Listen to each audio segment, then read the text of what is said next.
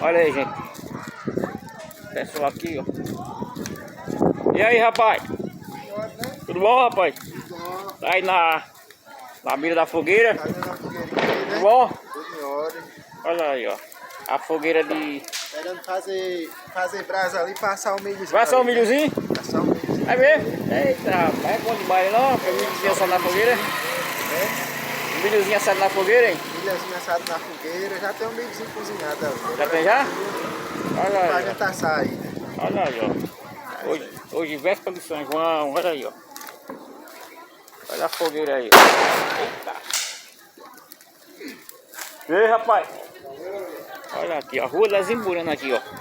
Pra lá, ó. Subindo aí, ó. Sítio Logradouro.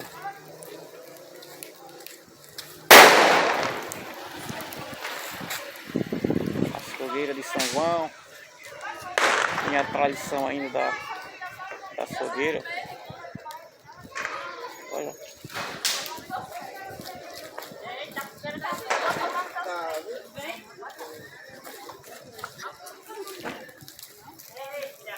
Aí daqui a pouco tem um milhozinho na fogueira, aí, rapaz? Tem um milhozinho assado, viu?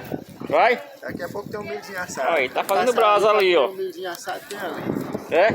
Quer passar aí daqui a pouco pra comer um milhozinho Tem um assado. milhozinho assado na fogueira? É, estamos só esperando fazer brasa ali pra Passar um milhozinho. passar o milhozinho.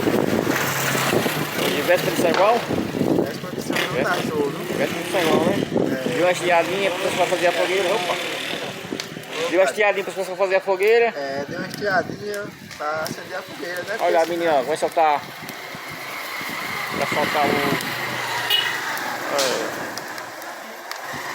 Quer soltar o fogo? Solta aí pra ver, pra gente ver.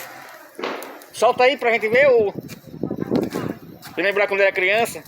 lembrar do tempo de criança. Esse é o que? Chuveiro, é? É, chuveiro. É chuveiro, né? Solta aí pra gente ver. Pega, Nair, vem pra cá. Olha aí.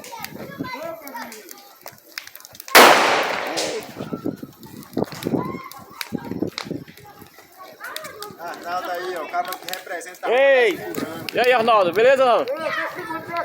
Beleza, Arnaldo? O cara que representa a Rua das Imburana aí, Arnaldo.